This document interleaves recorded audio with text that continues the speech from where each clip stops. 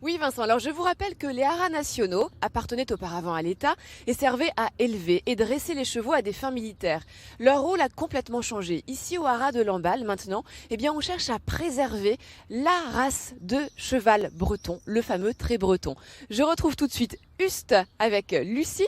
Lucie, quelles sont les caractéristiques d'un beau cheval de trait breton? Alors, le beau cheval de trait breton, ça va être déjà une tête expressive avec un regard où on sait ce qu'il pense. Une belle ouverture devant pour la puissance pour tirer, voilà, puisque c'est des chevaux de trait quand même. Une belle épaule, voilà, un dos court mais porteur et une croupe bien bombée, bien ronde pour le moteur derrière.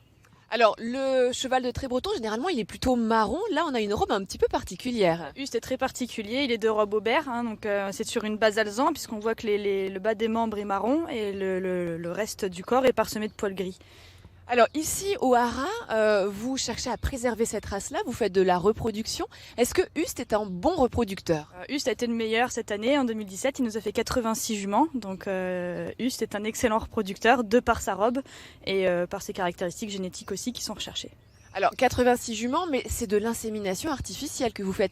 Et je crois justement, Lucie, que c'est ton travail, ta deuxième casquette, tu es cavalière et inséminatrice. Ouais, de février à juillet, je m'occupe intégralement de l'insémination artificielle, donc on amène les chevaux pour récolter la semence le matin et après on fabrique nos doses au laboratoire et on part en itinérance voilà, chez les éleveurs pour inséminer leurs juments avec les talons qu'ils ont choisis.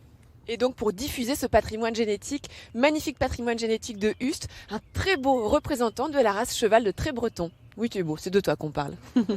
Merci Hélène, à tout à l'heure. Alors je suis dans la carrière du haras national de Lamballe, une magnifique carrière de 140 mètres de long où ont lieu des représentations. Oula! Et derrière moi, eh bien, arrive Lucie, notre cavalière et inséminatrice, qui monte un cheval de trait breton. Lucie, comment vous est venue l'idée de monter un cheval de trait? Ben moi j'ai toujours été cavalière mais sur les chevaux de selle et quand je suis arrivée ici je me suis dit pourquoi pas en monter un et leur donner une autre valorisation que cheval d'attelage. Alors justement, on a plutôt l'habitude de voir le cheval de trait attelé, en traction avec des calèches ou du travail dans les vignes. Qu'est-ce qui fait du trait breton un bon compagnon de selle? Déjà son tempérament très calme, très, très sérieux, très, très premier de la classe.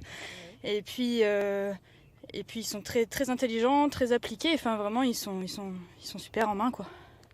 Qu'est-ce qu'on arrive à faire comme travail dans une carrière comme ça avec un trait breton?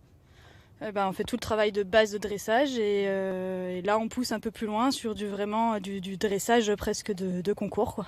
C'est-à-dire par exemple quelques figures, quelque chose un peu particulier? Oui, il fait les départs au galop à partir du pas, les transitions galop-pas, galop-arrêt, un petit peu d'épaule en dedans, de session à la jambe, enfin vraiment du travail de dressage quoi.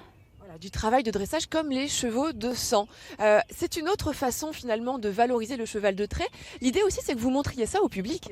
Oui, d'ailleurs c'est prévu pour 2018, on s'est mis en place en 2017 et 2018 il devrait y avoir des spectacles avec Donald notamment et d'autres montés. Eh bien j'espère que vous serez nombreux à avoir l'occasion de voir Lucie et Donald, ce fameux cheval de trait breton, ici dans cette magnifique carrière de représentation du haras de Lamballe. Merci Hélène.